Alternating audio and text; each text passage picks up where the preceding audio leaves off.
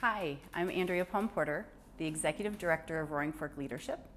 I've been in my position for over 10 years, and a lot of people say Roaring Fork Leadership is known as RFL, and we are a community leadership program all about developing human capacity or leadership skills in our valley.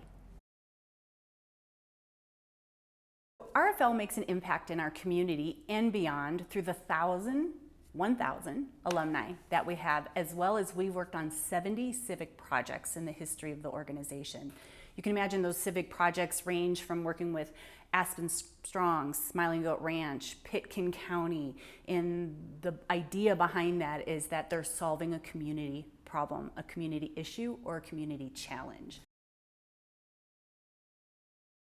Roaring Fork Leadership has 6 programs, but the curriculum of the Academy, which is our flagship program, really encompasses a lot of all of our programming. So it starts with kind of a look at yourself through the Conscious Leadership program, looking at who you are, kind of your purpose. We do an emotional intelligence assessment and a DISC assessment as well, so you get to, again, get more connected to your abilities.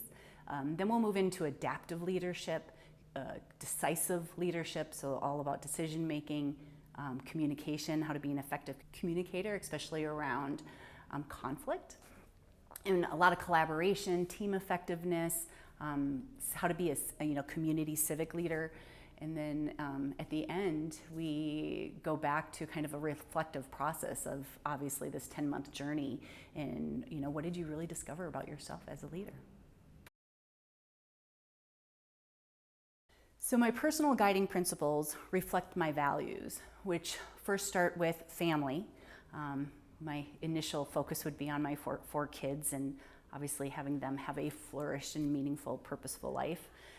Beyond that, a second value that I have is around growth, which to me means being a constant learner, a growth mindset, and also having a possibilist attitude, right? There's not a right or a wrong.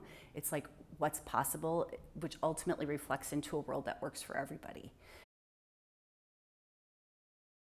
Roaring Fork Leadership partners with Coventure in multiple ways.